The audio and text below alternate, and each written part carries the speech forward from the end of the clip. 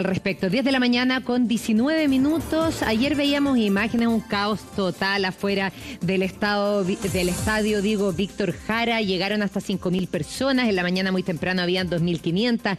Decían que iban a llegar a atender hasta 1.000, que se iban a poder enrolar. Esto producto de las AFP, enrolamiento de AFP. Muchos ni siquiera sabían que era para eso y había mala información desde el gobierno.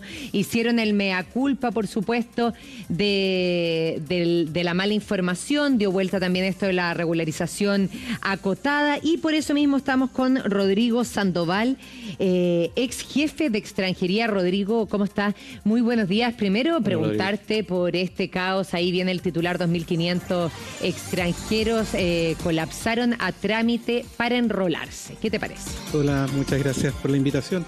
Bueno, efectivamente ayer se dio una situación que es bastante azarosa en cierto sentido, y que tiene que ver con que hay tres conceptos que se están enredando un poco y que quizás conviene aclarar.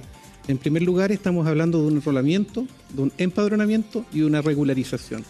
El empadronamiento es un trámite regular, es un trámite constante que el registro civil realiza día a día en todas sus oficinas y que consiste en que aquellas personas que no tienen RUT, como lo conocemos todos, pueden y requieren algún servicio de alguna institución pública o privada que requiera ese RUT, entonces pueden obtener el número. Para obtener el número, la entidad le hace un formulario y con ese formulario ellos van al registro civil a obtener ese RUT. Y para poder hacerlo, se enrolan. ¿En qué significa el enrolamiento entonces? Es ponerle cara, huella y nombre a una determinada persona. Eso independientemente de la situación migratoria en la que se encuentra. Absolutamente, porque se trata de una forma de hacerse cargo de la numerización administrativa. Chile, nosotros no sabemos mucho, pero en otros países, Estados Unidos, hay 3, 4 números de identificación distintas. Nosotros en eso estamos bastante bien y tenemos un número que nos sirve para todo. El problema es que cuando uno no tiene ese número, tiene muchos problemas y las entidades que se relacionan con uno también tienen ese inconveniente. Entonces, para eso, la Ley de Migraciones estableció este sistema de enrolamiento que lo realiza el registro civil en forma regular y permanente. ¿Y qué pasó? ¿Por qué se genera este alboroto entonces? Voy a eso. Entonces, tenemos este problema, ¿vale? Ahora, estas personas que van a enrolarse son personas que, por ejemplo, quieren cotizar, aun cuando estén en situación irregular, y necesitan este numerito. ¿Qué pasa? Que la semana pasada el gobierno anunció, de una forma bastante extraña, no oficialmente, anunció la idea de regularizar a aquellas personas que se encontraban en situación irregular. De esas personas que están en situación irregular y que tuvieron ingreso clandestino, muchas de ellas también hacen el trámite del enrolamiento. Entonces, y se prestó para confusión. Hay una confusión, porque claro, además... insisto con esto, sacar tu RUT, el enrolamiento, no es lo mismo que regularizar. Absolutamente no tiene nada que ver. Antes eran sinónimos. Antes solamente tenían RUN o RUT aquellas personas que estaban en situación migratoria regular. Hoy en día existe la posibilidad de tener ese RUN para estas otras personas y por eso se produce el problema, porque además coincide con otro hecho, no sé si llamarle azaroso o por lo menos no previsto, y es que justamente ayer el registro civil se encuentra con la coyuntura de que en diciembre todos nosotros cuando vamos a viajar nos damos cuenta que nuestros pasaportes y nuestros carnet de identidad no están vigentes, se nos ocurre ahora ir a sacarlo y además ayer lanzaron el nuevo sistema de identificación y también asumieron que muchas personas iban a querer ir a tener su pasaporte. ¿Se pudo hacer de mejor manera, Rodrigo? Sí, absolutamente sí. ¿Cómo? Esto desborda un poco el episodio, pero yo creo que a nivel migratorio en general lo que hace falta es una mayor interacción entre los distintos servicios del Estado. Pero yo digo porque ayer yo escuchaba al director del Registro Civil defendiéndose ante los cuestionamientos de la prensa, diciendo que en el fondo que la culpa era de la gente, que llegó ahí y ¿qué le vamos a hacer si la gente viene? Claro, es comprensible la actitud de él porque finalmente este programa especial que hizo el Registro Civil era para hacer mejor las cosas. Asumieron que iba a haber más gente y por lo tanto por eso crearon este modelo especial de atención para tratar de absorber esa cantidad y obviamente la frustración... Pero se podría haber ordenado... Es que ese es el problema, la frustración de no haberlo hecho bien, de que no haya salido todo bien, nos hace contestar muy mal. Evidentemente el Registro Civil podía haber previsto todo esto que iba a suceder. No es primera vez que el Registro Civil hace esta clase de operativo y por lo tanto hay deficiencias que estoy seguro el propio Registro Civil ya está aprendiendo a mejorar. Pero sí, la respuesta clara es sí, se pudo haber hecho mejor, faltó coordinación, faltó hacer conversar el trámite del Registro Civil con el anuncio que se había dado la semana pasada y que obviamente iba a generar una ansiedad porque la gente cualquier cosa que huela a regularización va a correr hacia ella. No, y se confundieron las cosas además.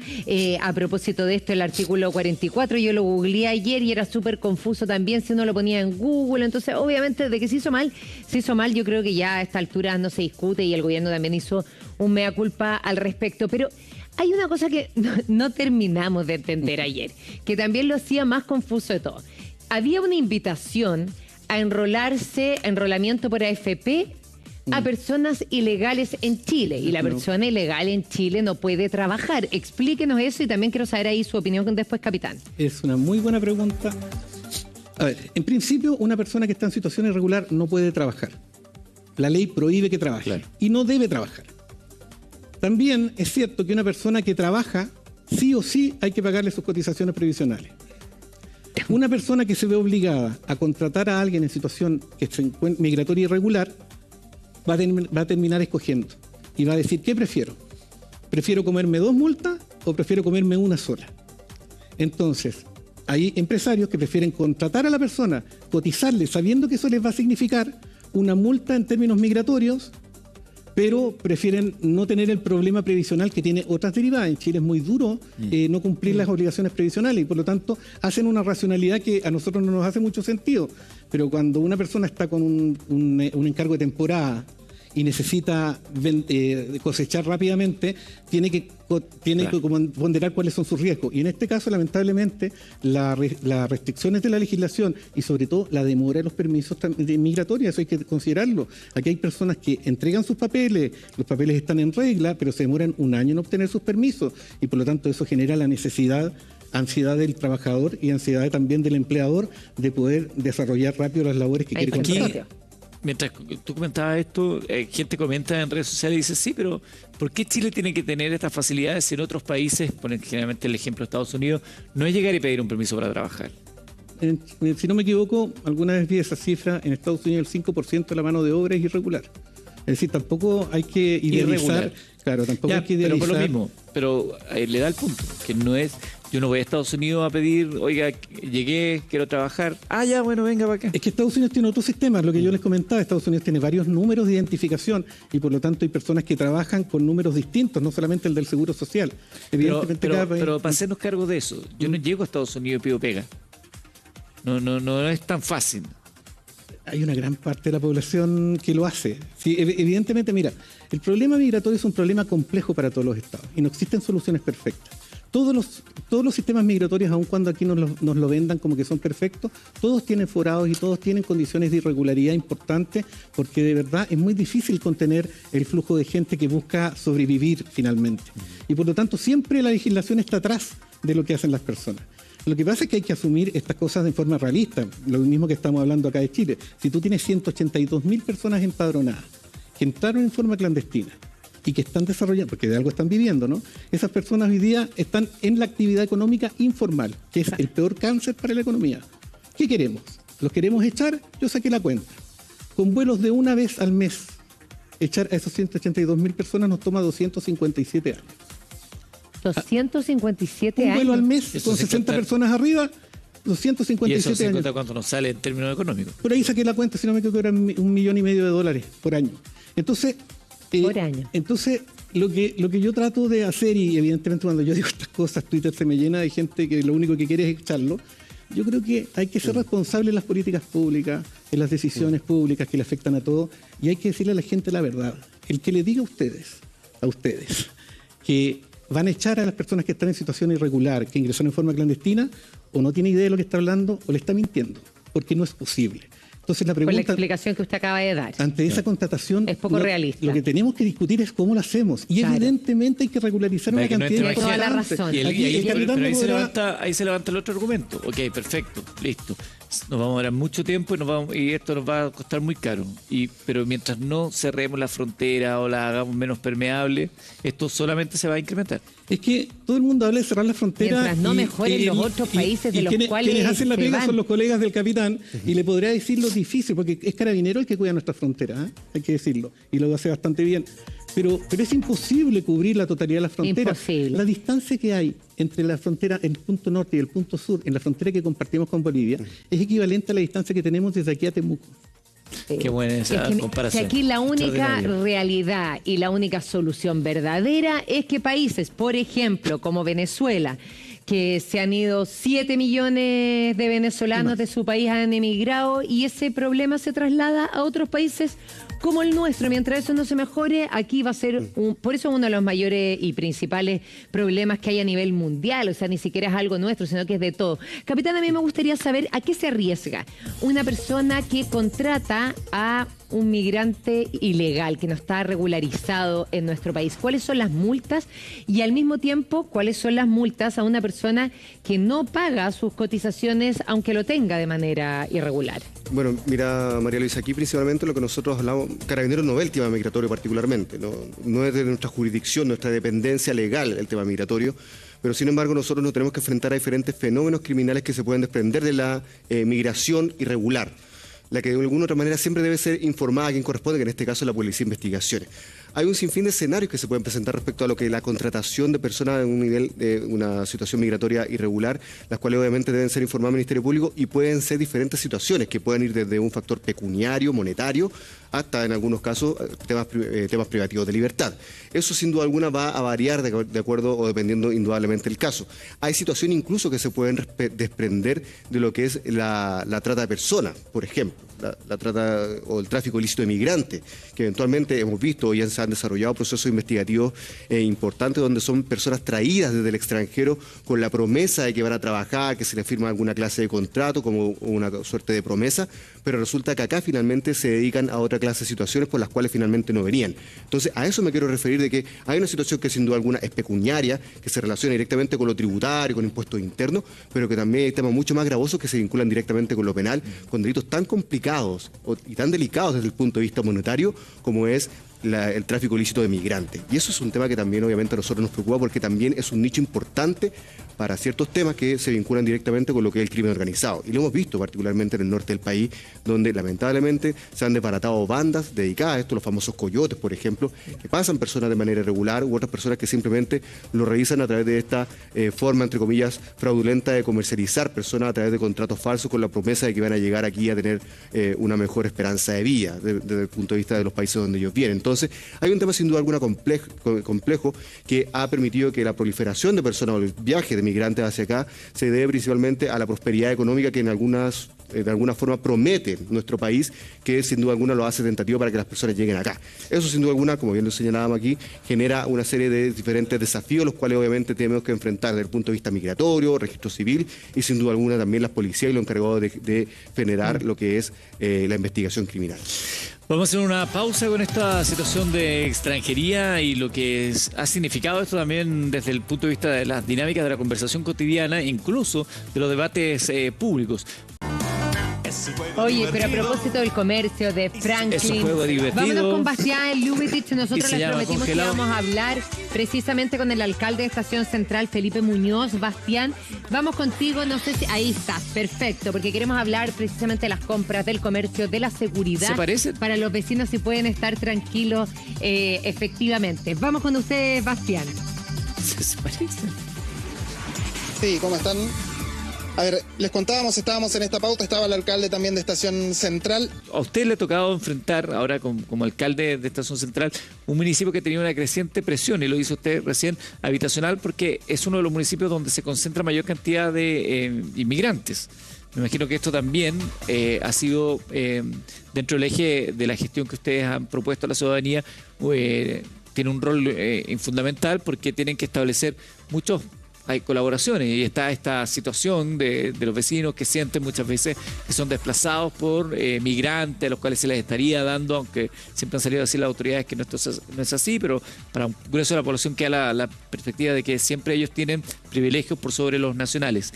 ¿Cómo lo trabajan ustedes como municipio, esta creciente presión respecto a los migrantes en su comuna? Sí, según los datos de hace aproximadamente 3 semanas que presentó Extranjería, hoy día nuestra comuna es la segunda comuna con más migrantes de todo Chile. También agrupa la mayor cantidad de venezolanos de toda la región metropolitana. Tiene la segunda colonia más grande de peruanos, que es de la migración del proceso anterior, y la tercera colonia más grande también de haitianos de toda la región metropolitana.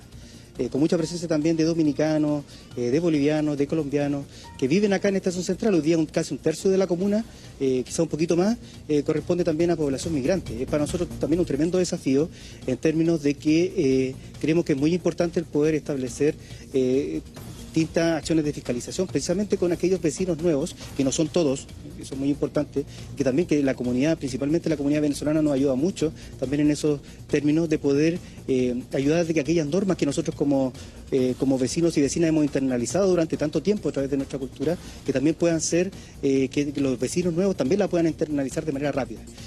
Me refiero al tema, por ejemplo, de los ruidos molestos. De que es normal, ustedes podrán estar de acuerdo o no, que una persona cuando está de cumpleaños puede hacer, no sé, la norma social hasta las 11, hasta las 12, podrá meter un poco de ruido cuando un día de semana, no hasta las 5 de la mañana. Entendemos también de que tenemos, todos los municipios tienen regulados los días en los cuales la basura se saca a la calle. No se puede sacar cuando uno quiera, sino que tiene que adecuarse también a esa norma. Y cosas que no son normas, como que los pares hay que respetarlos, que hay que parar. De que el pare significa precisamente parar, que las motos no pueden andar por la vereda. Es para nosotros un desafío permanente como administración el poder tratar de que las comunidades nuevas puedan internalizar aquellos temas, precisamente porque cuando no lo hacemos vamos generando mayor xenofobia en estos lugares. ¿Y cómo se trabaja ahí? Del shock cultural que se genera. Alcalde, ¿cómo se trabaja? Porque usted dice algo bien importante, que son la segunda comuna con más migrantes del país, para bien y para mal, por supuesto, como todas estas cosas que traen culturas distintas, y cómo se trabaja para irse adaptando y que todos vivan tranquilos y contentos en comunidad. Sí, como le comentaba, es un desafío que es de carácter permanente. Nosotros lo que hemos hecho, en primer lugar, es poder contar hoy día con un programa de migrantes que trabaja con las comunidades, también trabaja con el problema también del tema migratorio, de las visas, trabaja como todo el tema administrativo, pero por otro lado también tenemos un programa de comunidades verticales que nos permite también hacer gestión territorial con los condominios, con los comités de administración, lo que nos permite poder ingresar y mostrar la oferta municipal también a estos vecinos nuevos, que son más de 100 edificios, los demás edificios ilegales, nunca debieron existir, pero sin embargo están acá y que nos desafían a nosotros poder abordar principalmente esta temática. Con esto también damos cuenta respecto a las ordenanzas que hemos realizado también durante nuestra gestión, que permiten, por ejemplo, regular el tema de los ruidos molestos, la ocupación del espacio público, y con eso también podemos entrar ahí. También yo creo que algo que ha sido bien relevante a través de nuestro fondo concursable municipal es poder incorporar también a los comités de administración de manera de poder hacer urbanismo táctico, que en realidad no es como eso que se vio en Providencia de colocar estos bolones gigantes, básicamente el poder ocupar maceteros, cámaras en esos lugares. Hemos también comprado hidrolavadoras con los comités de administración, lo que nos permite el poder resguardar y evitar que se coloque el comercio comercio ambulante en estos lugares. Es para nosotros, como le comentaba, un desafío que es permanente. Tenemos que hacer un gran esfuerzo comunitario, por otro lado, el poder ir estableciendo bastante fiscalización que permita que a través de los partes finalmente se vaya internalizando estas normas de convivencia que nosotros, como le comentaba, como vecinos de nuestra comuna hemos internalizado durante de bastante tiempo atrás. Alcalde, está con nosotros también acá Rodrigo Sandoval, ex jefe de extranjería, académico de la Universidad Central. ¿Cuál es la lógica? ¿Por qué Estación Central termina convirtiéndose en la segunda comuna a nivel nacional que tiene mayor cantidad de migrantes? ¿Qué pasó ahí? ¿Qué condiciones se dieron? Originalmente la relación que tenía Estación Central con la migración tenía mucho que ver con que era el lugar en donde llegaba la gente que migraba, y por lo tanto siempre el primer domicilio estaba situado precisamente en Estación Central. Pero después eso fue convergiendo a que eso se tradujo en una residencia más permanente, en una estabilización de esos flujos que antes eran de paso. Por regla general, la migración llegaba a Estación Central, empezaba a hacer sus papeles ahí, por eso tenía la dirección, y después se iba a lo que conocemos como la Chimba, que es la zona norte, Independencia, Recoleta. Sin embargo, después por los mismos motivos que señala el alcalde respecto de cómo se consolidan estos, le llaman guetos verticales, empezó a darse que hubo una oferta de residencia ahí, y hoy día Estación Central es, creo que el segundo, si no me equivoco, lugar en donde hay más migrantes. Y efectivamente Estación Central, debo decirlo, fue una de las primeras comunas que empezó a hacerse cargo de este tema. A mí cuando yo llegué a extranjería, justamente fue una de las comunas a las que yo me acerqué para aprender un poco cómo se estaba dando, porque precisamente el gran problema que tiene la migración es que se está llevando muy desde el centro y poco desde el territorio. Entonces uno se debería preguntar, ¿por qué no darle, por ejemplo, a los municipios facultades en materia migratoria? ¿Por qué un municipio, qué, por ejemplo? Un municipio te podrá decir que, por ejemplo, ellos necesitan ciertos perfiles migratorios? y por lo tanto darle algún favorecimiento en plazo o en oportunidad o en requisito para que las personas que estén interesados en ir a cumplir determinadas tareas, por ejemplo, a un determinado municipio, no pensemos en estación Como más en el central, campo los temporeros, por que se supuesto, sabe que son muy necesarios. o en el sur, en donde hay lugares en donde necesitamos espacios de poblamiento. Es decir, la gestión migratoria es una gestión Hay que que ser en es conjunto. muy multinivel, muy multidimensional, y en eso el territorio es esencial. Y un solo detalle: si uno revisa la ley de migraciones, la palabra municipio aparece, si no me equivoco, 1 o 2 veces y solamente para un par de funciones constructivas. Pero si ustedes me preguntan dónde se está gestionando hoy día la migración, es en el territorio, es en los municipios. Le encuentro toda la razón, Rodrigo. Y ahí me gustaría volver con el alcalde. Y otro punto que usted tocaba, alcalde, usted decía, bajamos la delincuencia en la comuna. No me acuerdo si dijo en los delitos más graves, como crímenes o... ¿Ah? Delitos violentos. Delitos violentos, Los claro. delitos violentos particularmente. ¿Cómo se trabajó? ¿En cuánto se bajó esos delitos? ¿Por qué? Díganos un poquitito eso. Sí, principalmente mira, lo que pasa es que nuestra comuna tiene una configuración que es bien particular. Mira, 1 de cada 4 personas que sufren algún delito en nuestra comuna es vecino de la comuna. Las otras 3 personas son población flotante que tiene estación central. De la misma manera, los delitos están altamente concentrados precisamente en 8 cuadras a la redonda. Y se producen principalmente en el sector de la Alameda. Y casi la mitad de los delitos ocurren principalmente en la calle Alameda y todos los demás en el resto de la comuna. Entonces, para nosotros es muy importante, y por eso siempre estamos recalcando también con las autoridades, tanto nacionales como de carácter regional, es de que cuando se puedan hacer estrategias específicas en Estación Central, ya sea en el sector de los terminales, de la estación de trenes, donde se encuentra el comercio, esto tiene un impacto inmediato y tiene un impacto también que es para toda la región. El crimen está tan focalizado en nuestra comuna, y a través de la labor que hemos ido aumentando también la cantidad de inspectores municipales, de patrulleros en nuestra comuna, nos permite ir llegando a los demás sectores. Sin embargo, como está altamente concentrado con algunas estrategias de copamiento, de infantería, de estando muy presente en estos lugares, logra rebajar inmediatamente en nuestra comuna, y también tiene repercusión, como les comentaba, en las estadísticas de carácter regional. Para nosotros es muy importante que se sigan haciendo estas intervenciones de manera coordinada, porque lo que comentaba, nosotros consideramos de que esto se trata de infraestructura crítica de carácter regional. Claro. Acá los terminales permitan que la estación de trenes que se conecte finalmente toda la región y muchas veces todo el país también. Entonces, por eso es importante que esta presencia permanente no sea solamente, en este caso, a través de recursos de carácter municipal. Es importante, y no solamente de los carabineros, la 21 comisaría de Estación Central, que tienen harto trabajo por lo demás, sino que tiene que ser con una mirada de Estado, teniendo en cuenta que cuando se beneficia este lugar de mantenerlo seguro, tiene un impacto finalmente para todo el país. Alcalde, ¿qué es cierto que habrían unidades, departamentos que no se arriendan en Estación Central? Se habló de un desincentivo al arriendo producto de las incivilidades que estaban desarrollando. Se me imagino que lo vio usted en la prensa en algún momento, que habían, le decía, la comuna de los departamentos vacíos. ¿Qué tan cierto es lo que ahí se dijo? Sí, mire, yo no puedo corroborar esa información. Sin embargo, lo que vemos en la calle hoy día es que no se ha reducido la cantidad de personas que están en la calle también realizando, por ejemplo, este tipo de comercio ambulante. Nosotros seguimos con nuestros operativos para poder recuperar ese espacio público en estos lugares. Entonces, porque eran los corredores de propiedad los que decían que un efectivamente 40%, porque evidentemente en la calle no se va a notar, porque usted lo dijo, hay una gran cantidad de población flotante en Estación Central.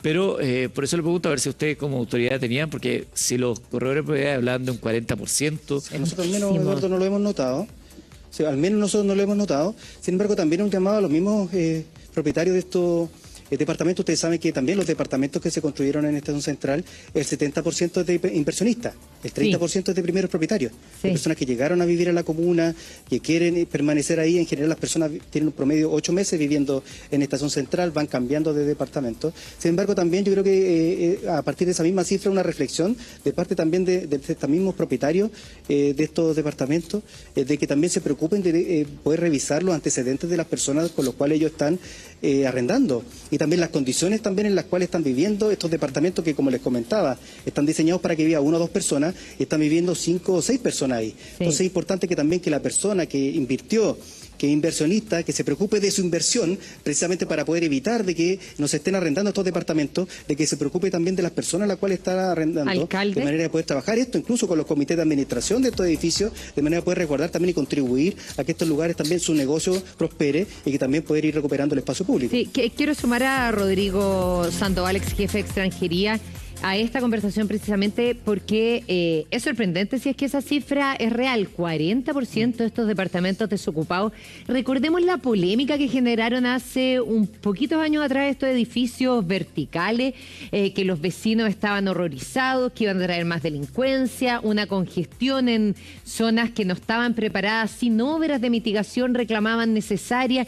Y claro, y la respuesta a esto o la justificación era, bueno, tenemos escasez de vivienda en nuestro país, sobre todo en lugares céntricos, que no te tengas que ir a la periferia y tener una calidad de vida mala para vivir por los tramos tan largos para ir a trabajar, y estas eran las zonas más requeridas. Entonces sería, a mí me parece casi escandaloso que el 40% estuvieran desocupados después de esa tremenda pelea que se dio a favor y en contra, y esto le daría completamente la razón a los vecinos, pero me gustaría saber tu opinión, Rodrigo. Sí, gracias. Es cierto ese dato, pero es un dato engañoso. A ver. Porque lo que nosotros tenemos es que de las viviendas convencionales, las viviendas formales, hay un 40% que no necesariamente está ocupada. Eso no significa que haya un superávit de vivienda, porque la única vivienda posible no es ese departamento que se arrienda, porque hay requisitos. De nuevo vamos con el tema de la formalidad. También los propietarios piden carnet de identidad, piden documentos que no la gran mayoría de esas personas tienen. 40%, Rodrigo, desocupado, hay un tremendo y efectivamente tema. Han tenido un margen. Efectivamente, yo personalmente tengo un departamento y me ha tocado ver ese tipo de cosas, y uno nota que es cierto que hay departamentos vacíos, pero ahí el alcalde dejó entrever algo que yo creo que también es una realidad que hay que revisar. No todas las personas que viven en Estación Central arriendan departamentos o casas en Estación Central, sino que hay un gran mercado de la pieza o de la subvivienda, como podríamos llamarla. Y ahí también hay un desafío regulatorio, porque la pregunta es esta, el alcalde me podrá desmentir. En Estación Central hay muchas casas viejas, antiguas, con grandes extensiones internas, de verdad son casas muy profundas, ¿no? Y en esas casas muchas personas, por ejemplo, una mujer viuda puede tener el interés de arrendar una vivienda, de arrendar piezas. La pregunta que uno tiene que hacerse es cuál es la regulación que tiene que seguir esa mujer para poder tener piezas que no sean peligrosas, que sean habitables desde el punto de vista de la dignidad, de la higiene, de la funcionalidad, que no signifiquen impactos, por ejemplo, al municipio en términos de la recolección de basura. Y eso es un tema que está súper poco explorado, porque el mercado del arriendo de piezas o de las viviendas más básicas, por decirlo de alguna forma, dentro del sector urbano, no está regulado. Entonces ahí hay un tema muy importante, porque quizás estas cifras que nos dicen que hay una gran cantidad de departamentos desocupados, en realidad eso es una disponibilidad de departamentos para ciertos segmentos extranjeros, pero no para aquellos que quizás sus posibilidades no son para arrendar una vivienda. Ahora es interesante considerarlo, porque el por qué hay un desincentivo si antes se podían arrendar esas unidades, porque había un deterioro probablemente en lo atractivo a propósito de inseguridad, y ese era el foco. Es que ahí es donde yo creo que hay que escuchar a los municipios. Los municipios nos pueden dar esa respuesta y después el Estado debe venir a regular. Y yo estoy seguro que el alcalde podría darnos lecciones sobre eso. Sí. Felipe Muñoz, el alcalde de Estación Central, conversando con nosotros esta mañana, alcalde. ¿Algo que agregar sobre este punto, alcalde? Sí, no, aprovechar de saludar a Rodrigo. Y yo creo que es importante que estas políticas también tengan esta mirada de Estado, porque imagínate, el mismo tema que estamos comentando recién, el tema de las viviendas colectivas, que mal llamado cité, estas viviendas colectivas, con este fenómeno que comentan muy bien, que lleva descansando no sé cuánto tiempo también dentro del Congreso. Entonces, de las cosas que les estaba comentando yo también, el mismo tema de la infraestructura crítica. Se va a cumplir un año desde que se anunció la discusión en el Congreso respecto a este tema, que perfectamente nos podría servir en el lugar de los terminales, donde yo les comentaba que tiene un impacto muy importante cuando hay presencia del Estado.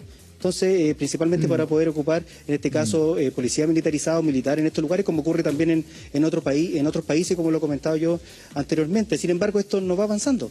Uno ve que estos proyectos de ley, el proyecto anterior, perdón, que me perdí con lo que estaba comentando Rodrigo, de que también lleva descansando mucho el tiempo, que aparece principalmente cuando hay un incendio en nuestra comuna. Ahí los municipios, a ver si el alcalde tiene que comentar nuevamente la importancia de poder regular esto, es una actividad comercial, finalmente hay un problema también de que no cumple la normativa de construcción. Entonces, todos estos temas que van quedando pendientes, también hay que aprovechar de hacer un llamado al Congreso de que aquellos temas que son importantes hoy día para la comunidad, para los municipios, de manera que avance, que son anuncios también de que se van a empezar a discutir, que en realidad esto tenga un sentido de urgencia, teniendo en cuenta hoy día la urgencia principalmente respecto a los temas de seguridad.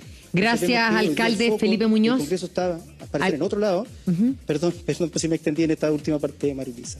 Pero sí, pues lo quería graficar. Es importante que hoy día se avancen en esos temas que importan a la ciudadanía y a los municipios. Sin duda, y ahí que los alcaldes se unan, que ustedes son los que están en la calle principalmente. Muchas gracias, alcalde Felipe Muñoz de Estación Central. Gracias, Bastián, Rodrigo, por supuesto, gracias por acompañarnos.